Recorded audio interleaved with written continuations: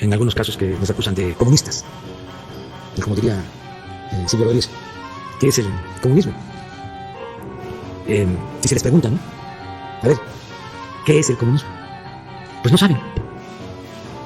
Con todo el derecho que nos otorga la ley, demandamos la renuncia inmediata del presidente Andrés Manuel López Obrador antes del 30 de noviembre por anexar a México por de Sao Paulo, conformando una agenda que nos encamina al comunismo y una dictadura. We are not communists.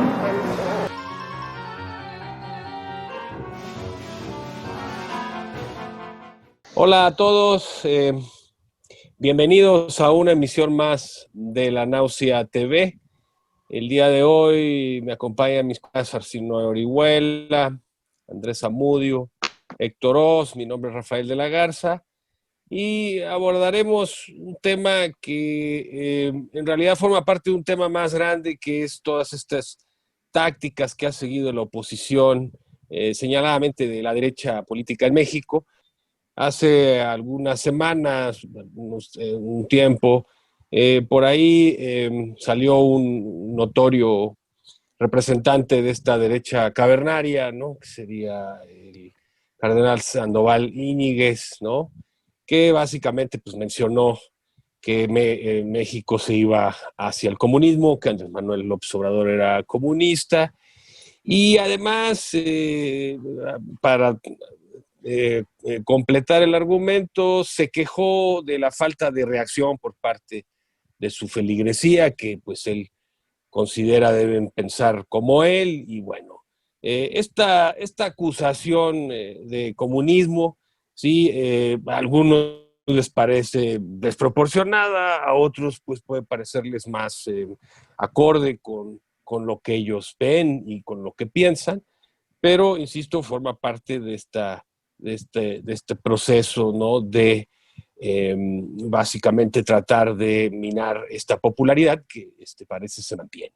Entonces, lo primero que en realidad nos preguntaríamos es, bueno, ¿qué es el comunismo? Digo, probablemente les tocó la Guerra Fría y todo tienen una idea más clara, pero los jóvenes, los millennials, que ya les toca haber nacido después de la caída del muro de Berlín, pues esa palabra a lo mejor no sé, tiene un significado variado. Y entonces, pues lo que me gustaría es que nuestros colegas aquí brevemente nos comentaran cuál es su concepción del comunismo. Empezaría por Arcino Orihuela. Arci, adelante. Hola, ¿qué tal? ¿Cómo están a todos? Saludos a todos los compañeros. Y bueno, habría que distinguir entre el comunismo realmente existente y el comunismo teórico, ¿no? Y lo primero que podemos decir al respecto es que para tranquilidad de nuestros malqueridos y malquerientes conservadores alarmistas, es que el comunismo realmente existente, pues realmente no existe. Y no existe porque original y esencialmente el comunismo fue pensado, teorizado como una utopía. Es decir, por definición, un no lugar. Y esto significa que cualquier esfuerzo serio de explicar qué es el comunismo debe anclar en los aspectos teóricos o ideológicos. Ahora, de acuerdo con las enseñanzas del viejo Marx, el comunismo es la fase final del desarrollo de una sociedad humana basada en la propiedad común de los medios de producción y la abolición de clases sociales, resumiendo tal vez un poco vulgarmente los contenidos de esa escuela de pensamiento. En ese sentido, comunismo designa esencialmente dos cosas. Uno es un marco de análisis que interpreta la realidad como una totalidad, no fragmentariamente como acostumbran las ciencias liberales, y que explica esa realidad a partir de conceptos cruciales como alienación, capital, trabajo, plusvalor, etcétera, que por cierto ni las propias izquierdas en el gobierno utilizan ni reivindican.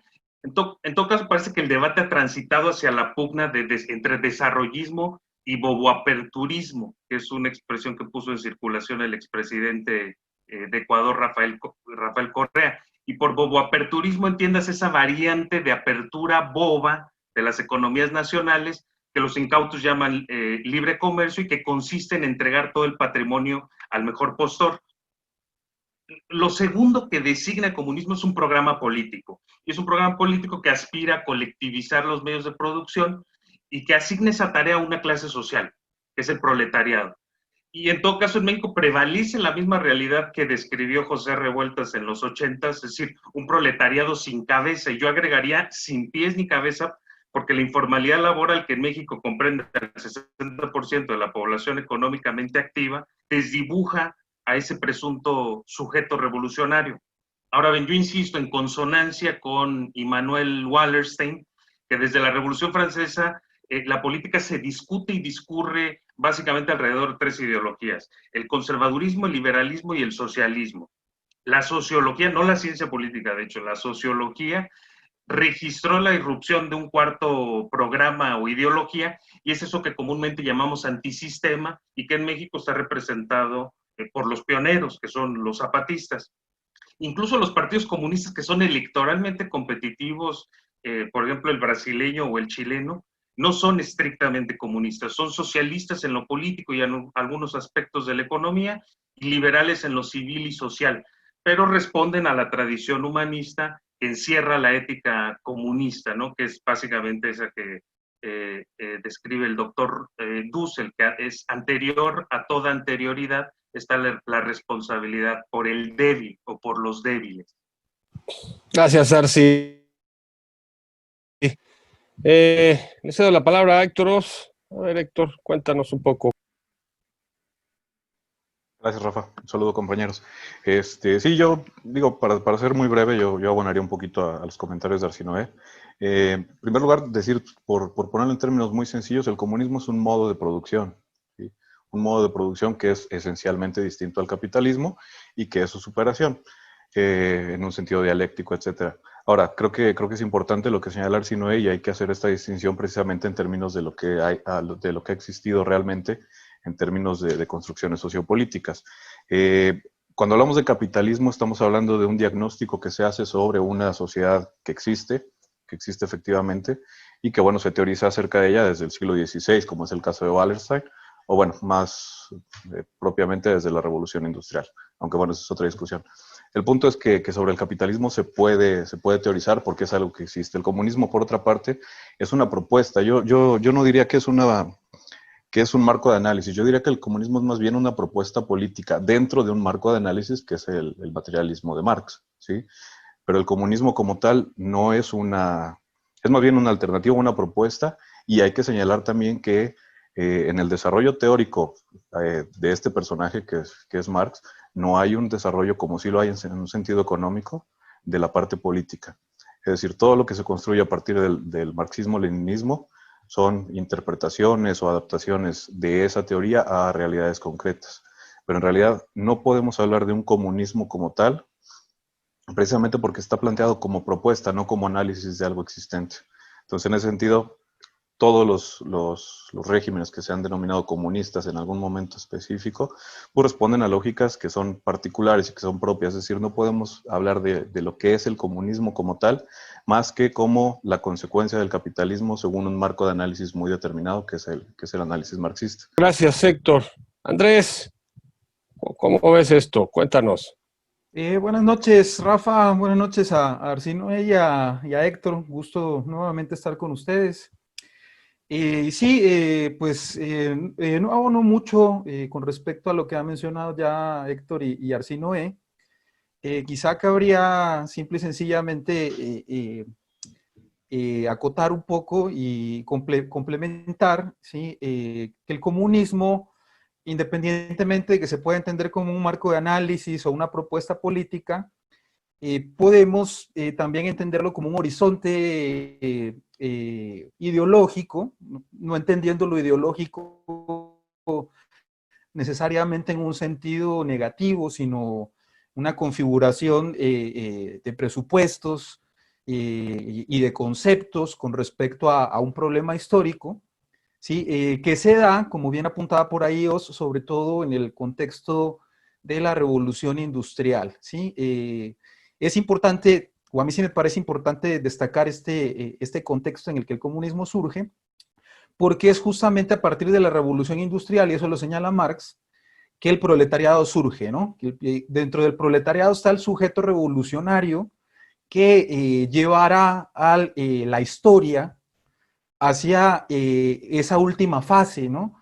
que básicamente consiste en disolver la histórica lucha de clases que existe entre unos que siempre han dominado en las distintas facetas de la historia, que han dominado al resto de la sociedad humana, ¿no?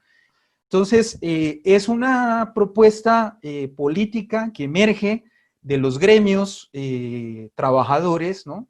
Que eso en parte también abonaría a desmitificar esta idea, diría, memética, ¿no? En el sentido más negativo, que ha introducido la oposición de que el comunismo como propuesta es una propuesta de gente perezosa, ¿no?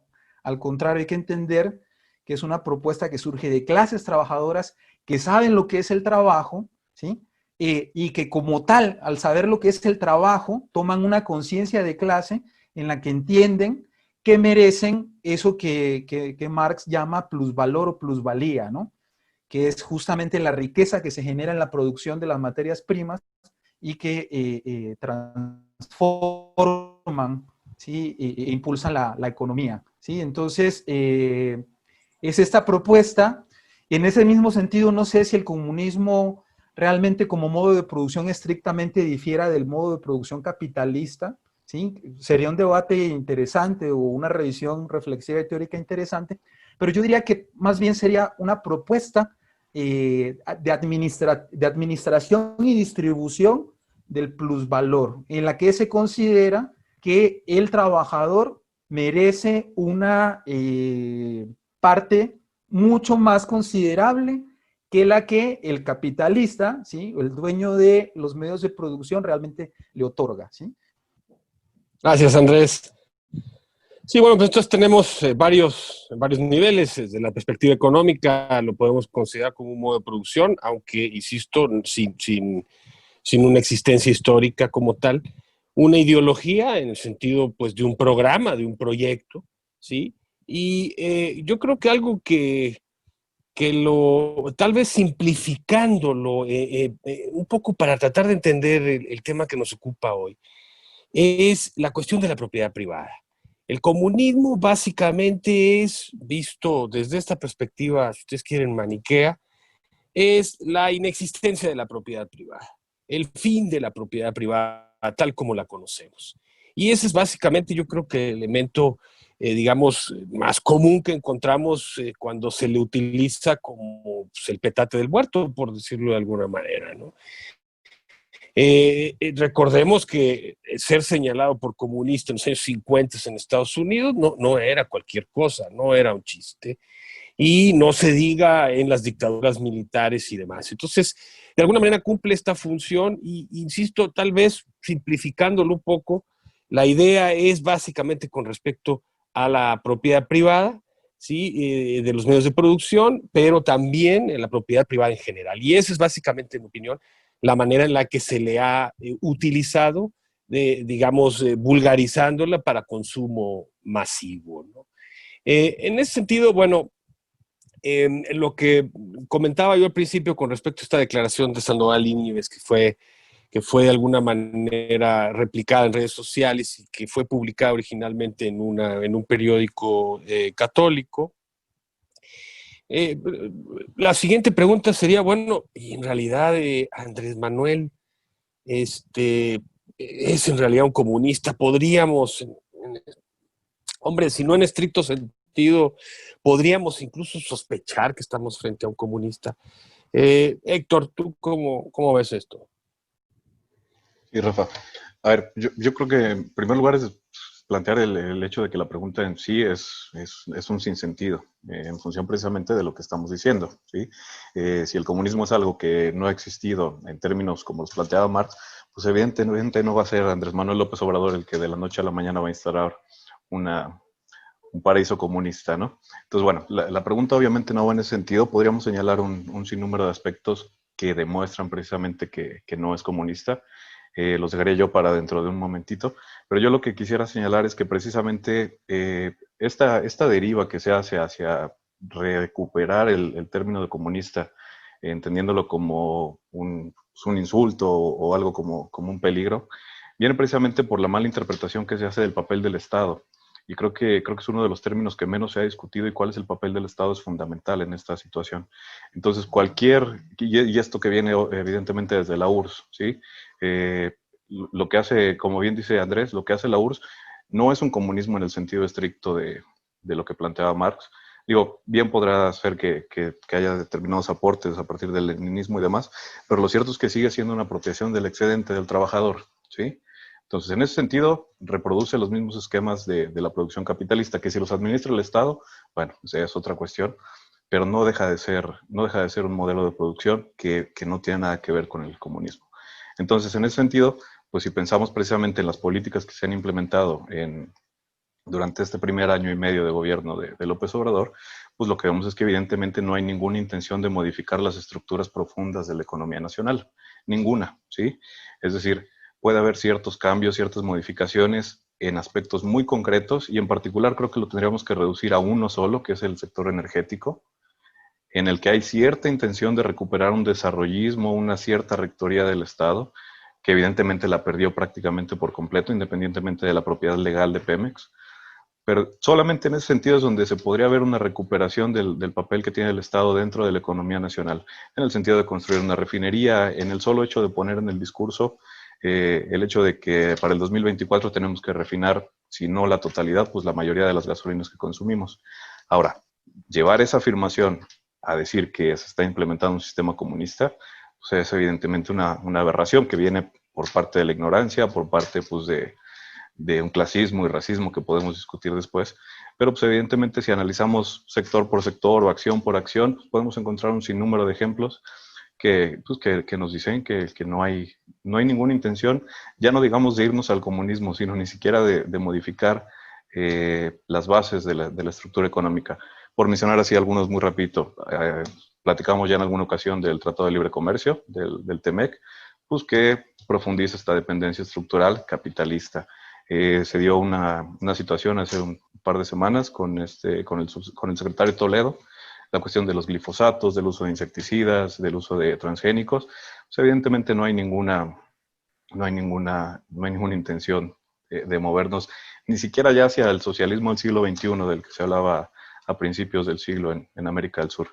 Un último caso, por ejemplo, ahorita con la cuestión de la pandemia, más allá de las críticas, la única propuesta concreta que vi de qué es lo que tenía que hacer el gobierno mexicano implicaba un gasto de 700 mil millones de pesos, 700 mil millones de pesos.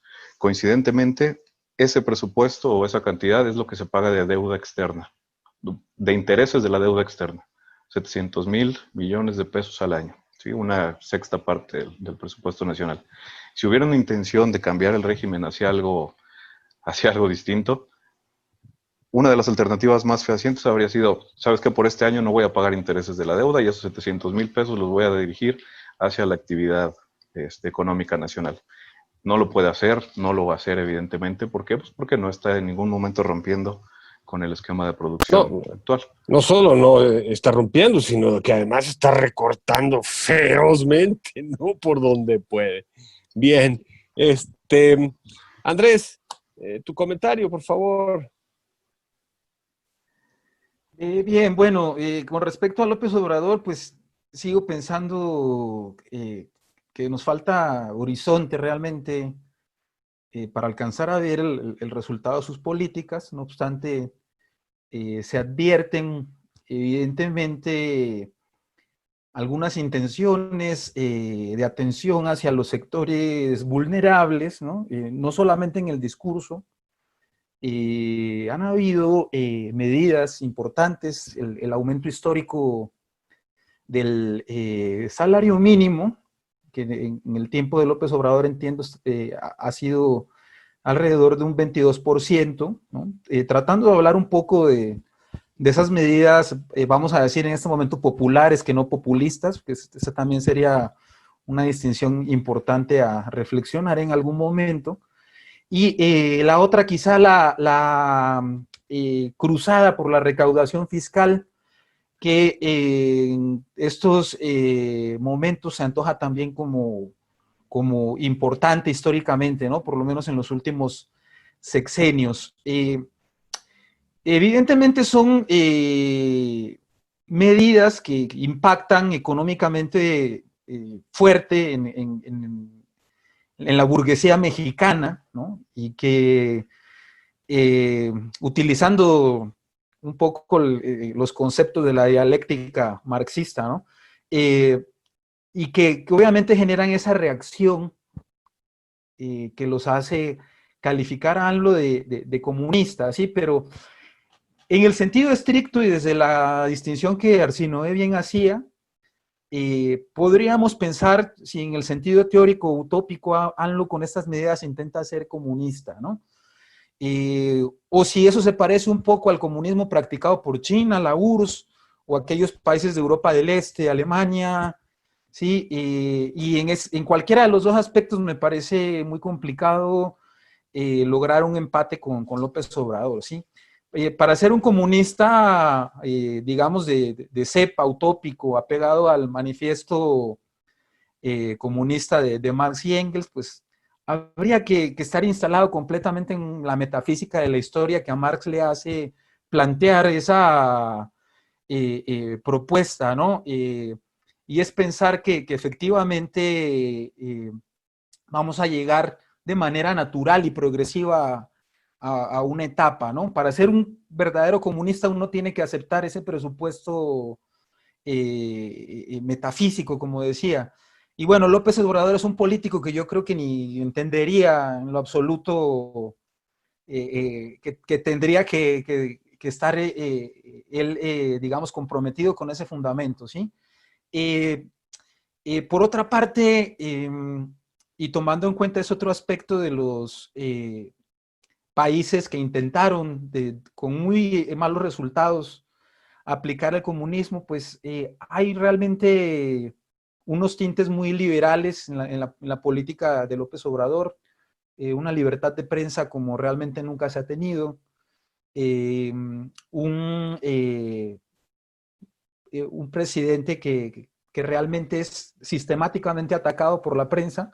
Sí, esto sería impensable en los regímenes comunistas europeos que intentaron echar a andar el proyecto. Acabamos de ver hace poco un video del gobernador de Tamaulipas de frente al presidente en una conferencia contradiciendo y debatiendo y discutiendo las ideas que López Obrador manifestaba con respecto a él como oposición y al resto de su oposición, y eso sería impensable en estos regímenes autoritarios. ¿Sí? Entonces, no parece ser que ni por una parte la de la utopía, ni por la parte del comunismo practicado, del mal llamado comunismo, López Obrador tienda realmente a hacer algo parecido. Obviamente, habría que tomar en cuenta, ya con esta idea cierro la participación, no podemos ser ingenuos e ignorar, independientemente de que no creamos ya en una teleología de la historia, no podemos ignorar que la aparición histórica del comunismo como propuesta proletaria, como propuesta obrera, ha impactado el campo de la filosofía y la ciencia política y se han inmerso en todo el contexto de las ideas políticas, mucho de las propuestas socialistas y comunistas, pero esto ha sido para enriquecer realmente el panorama político y la misma democracia liberal. No tendríamos jornadas de 8 horas, no tendríamos primas vacacionales, no tendríamos las mismas vacaciones, ¿sí? Los aguinaldos, etcétera, prestaciones. Eso hay que entenderlo como un aporte, ¿no? Como un aporte desde la filosofía política a la ciencia política. Arsi, tu turno. ¿Qué nos cuentas de este tema? Bueno, yo voy a responder un poco más esquemáticamente que los compañeros. Ya dijimos qué es el comunismo, y ahora vamos a responder por qué AMLO no es comunista, ¿no? Con base en lo que acabamos de plantear, pues solo es cuestión de cotejar las premisas del comunismo teórico con la praxis política de la presidencia de Andrés Manuel López Obrador y la Cuarta Transformación. Acudo a 4 argumentos, razonamientos. Si fuera comunista, el Partido Comunista Mexicano no se habría deslindado tan apresuradamente de cualquier relación con López Obrador, como de hecho hizo apenas empezaron a circular las consignas anticomunistas. Ahora, dos, según mi análisis forense y genealógico, no existe ni un solo cuadro del Partido Comunista en el gabinete de López Obrador, ni entre sus más cercanos colaboradores u operadores. Hay por allí algunos elementos militantes dentro del partido, dentro de Morena, que tuvieron por allí algún paso efímero por esa tradición, pero inclusive son los que se comportan más priistamente, así que no tiene que tener ninguna preocupación por ellos.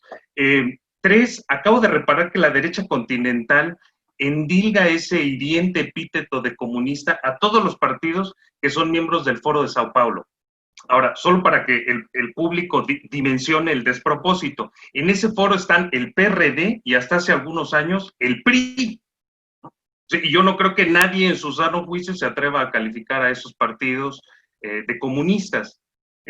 Cuatro, nadie puede objetar que la burguesía mexicana está íntimamente entretejida con el gobierno de la Cuarta Transformación.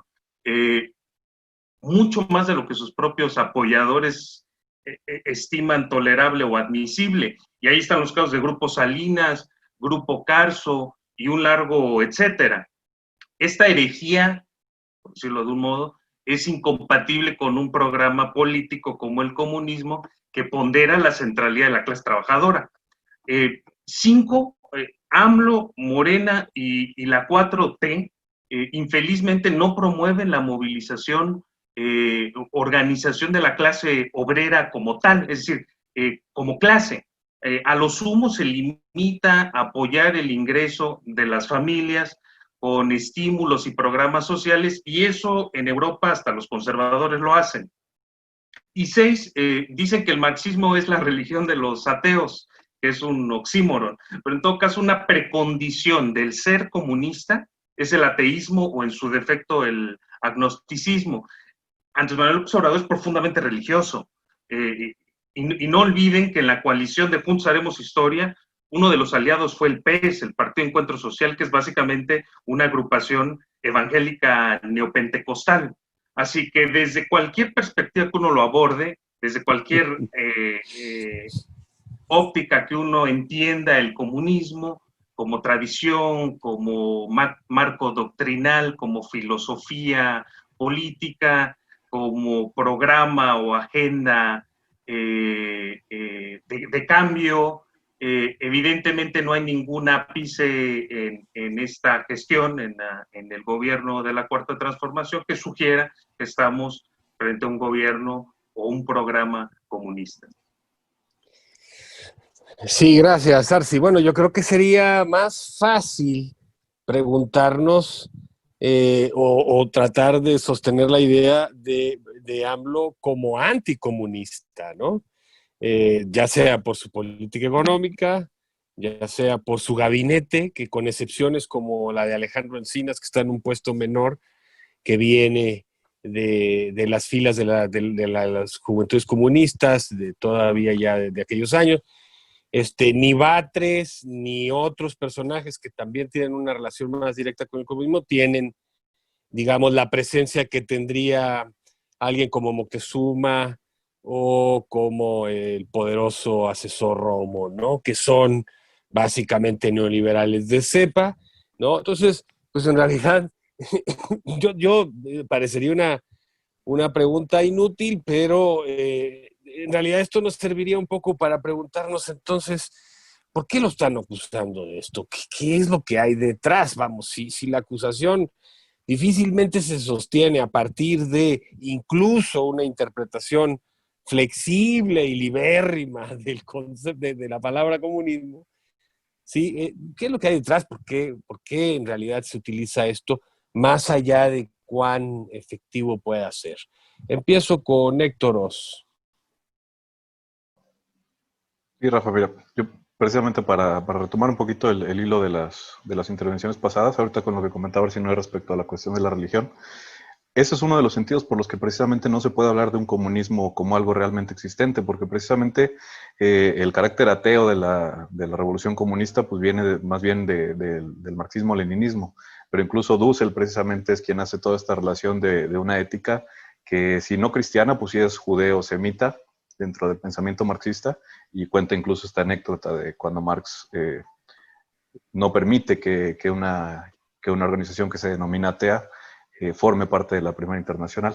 Entonces, bueno, es un paréntesis que precisamente nos habla de las ambigüedades de lo que se entiende como comunismo. Para responder tu última pregunta, Rafa, yo me tomaría un comentario que hizo Andrés en su última participación, que preguntaba qué tanto se parece a China, al régimen chino.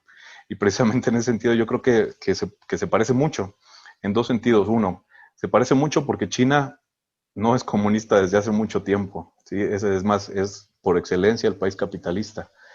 Y en el otro sentido, que tiene que ver precisamente con tu pregunta, es por el miedo a esa deriva autoritaria, ¿sí? Ese es uno de los principales argumentos que se esgrimen para tachar al gobierno de AMLO, a la Cuarta Transformación, de una tendencia al comunismo, el supuesto medio hacia esa deriva autoritaria, que lo vemos, digo, de vez tras vez, que si ahora el gobierno se está cada vez atribuyendo más funciones, este cuento que se hace acerca del populismo, que ya discutimos de pasada en alguna ocasión, de decir que todo gira en torno al líder y que el líder es la figura non plus ultra y el que decide todo, pues en realidad vemos que es un cuento, ¿sí? O sea, dentro de la propia Cuatro Transformación hay un montón de contradicciones que tienen que ver con los personajes que están en el gabinete, que tienen que ver con los personajes que están participando dentro de la política económica, que tienen que ver con los intereses empresariales que están detrás de ahí.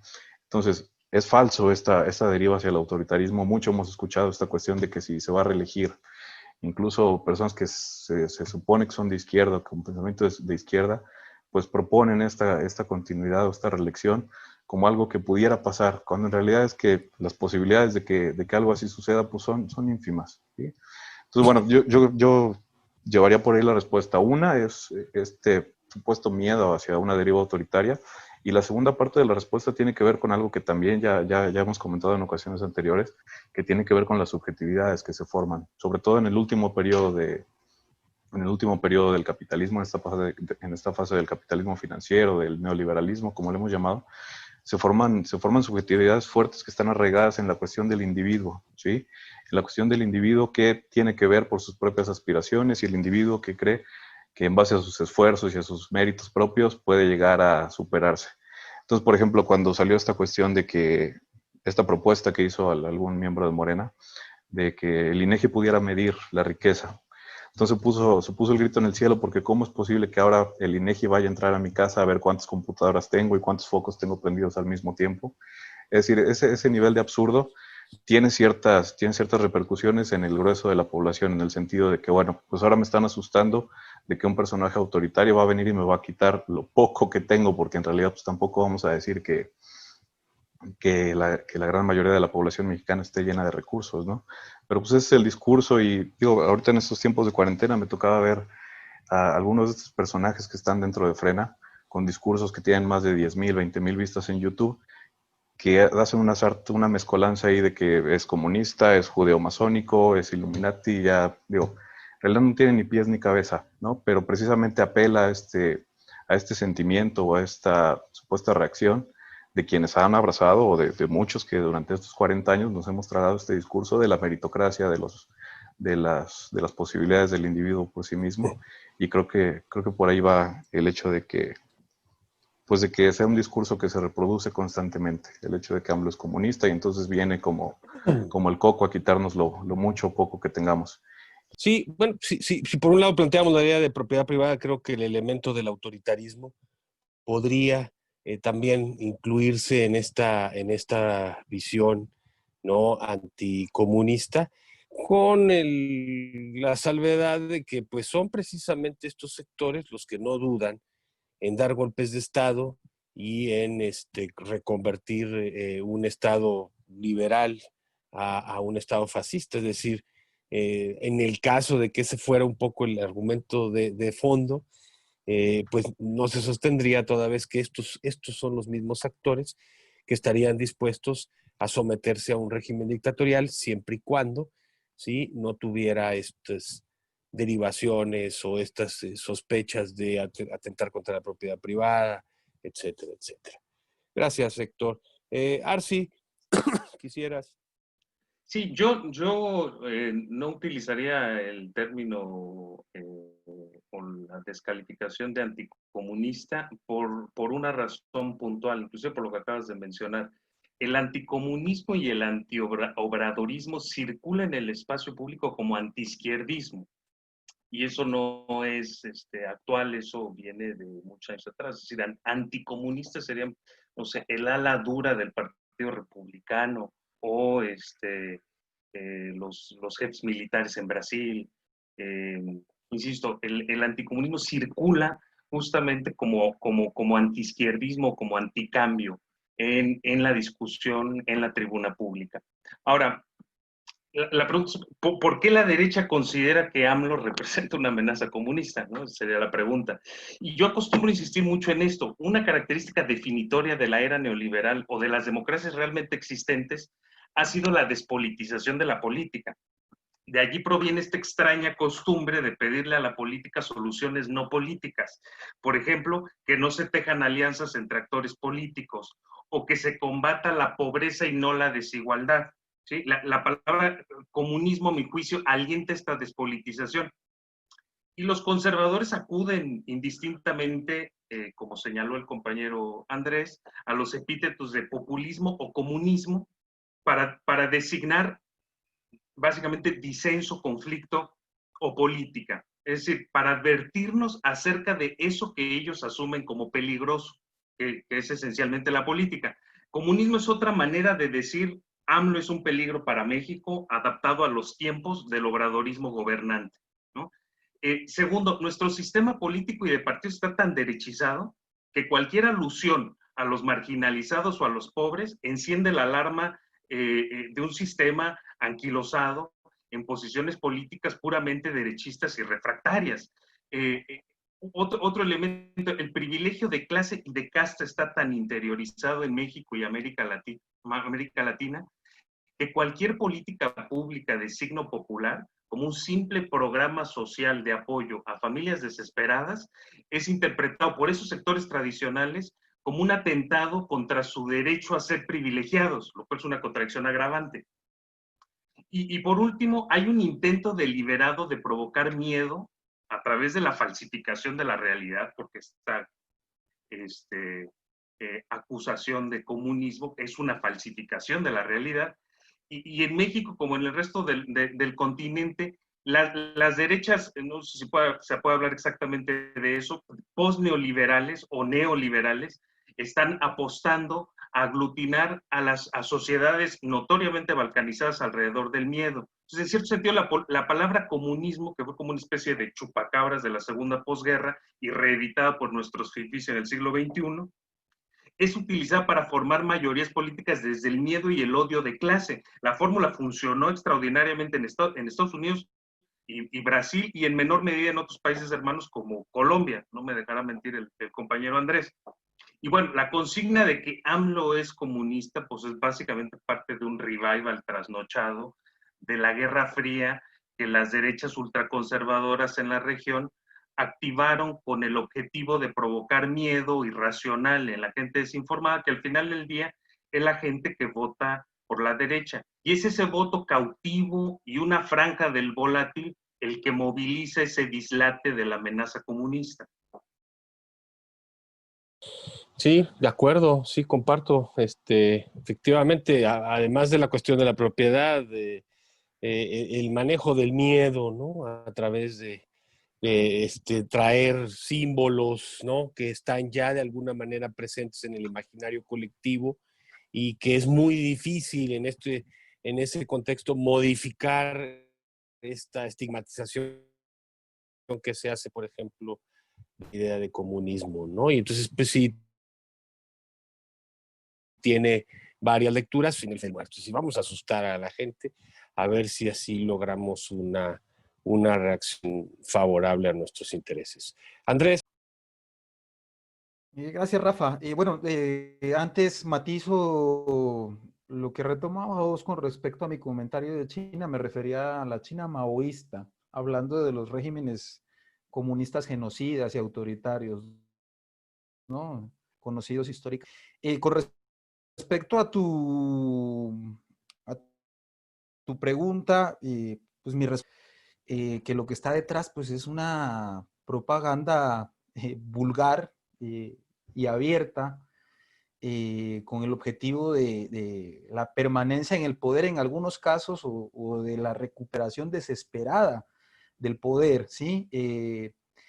La derecha y sus ideólogos no están precisamente acostumbrados al análisis, justamente porque han ejercido pues su función política desde el poder, ¿sí?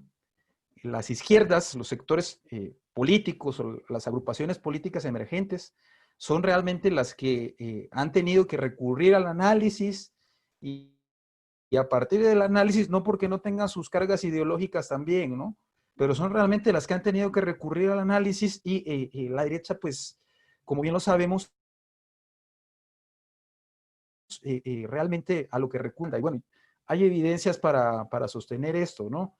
El uso de pseudoanalistas que no son sino manipuladores mediáticos como JJ Rendón aquí en Colombia, que también ha sido utilizado en México y en otros países de América Latina, pues muestra de manera clara realmente que siempre esa ha sido la estrategia comunicacional, ¿sí? De la derecha, que ahorita es oposición en México, ¿sí?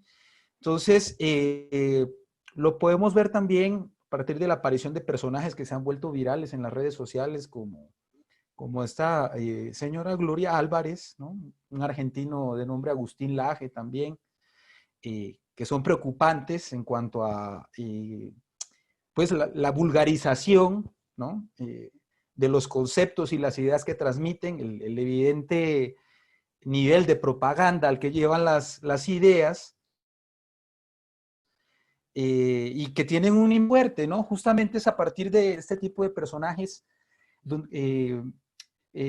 como se introducen estos memes, que es la estrategia de la derecha, crear ciertos memes reductores que eliminan los matices, la complejidad de los fenómenos políticos, de los conceptos, y buscan generar un imaginario que sea fácilmente digerible y que irónicamente además se ejecuta de la misma manera en que ellos denuncian el populismo de las izquierdas, que es creando un enemigo común con respecto a esto que tú mismo mencionabas, Rafa, a propósito de lo que había dicho Arsinoe, que es crear un enemigo constante, ¿sí?